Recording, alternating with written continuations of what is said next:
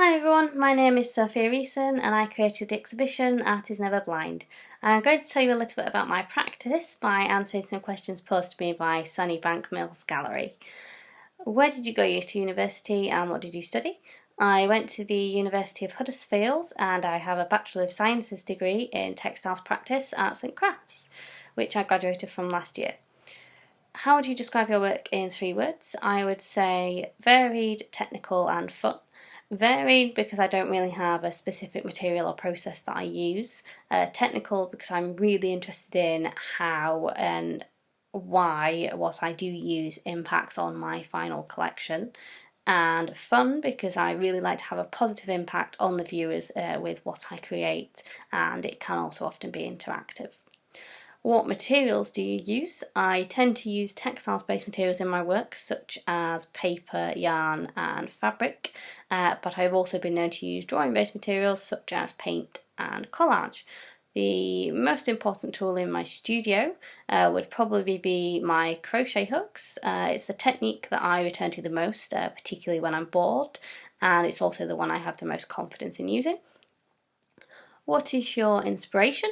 The inspiration behind my work varies massively depending on what I'm creating and the context of it. However, I do tend to also be inspired a lot by geometric pattern and colour as well.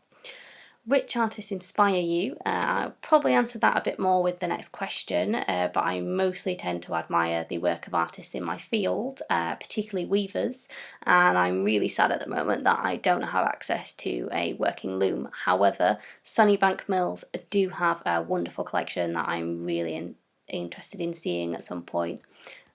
Who do you follow on Instagram? Most of the artists I follow on Instagram are current and past students of the University of Huddersfield.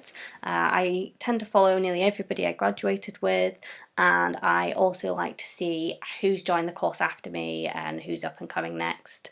I also have a few small businesses. So Darnit Workshops is not a weaver, but she's a wonderfully talented lady who's inspired me a great deal.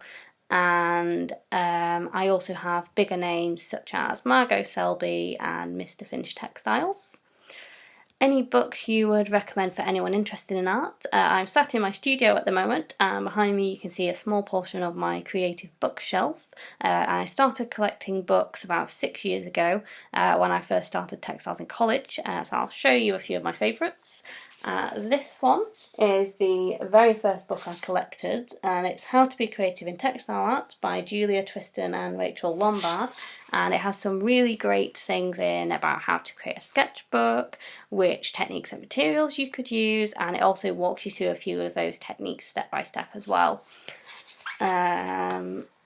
This one is A Handbook of Crochet Stitches by Betty Barnden, and I would be lost without it. It is a stitch collection pattern book. Finally, this one is Quilling Art by Senna Runa. It's a really beautiful book. I also found her on Instagram, and it has some of her work in it, as well as step-by-steps on how to create that, and also tips for designing your own. Books are a really great way to learn, as well as using the internet, and if you are just starting out in textiles, please check a few out.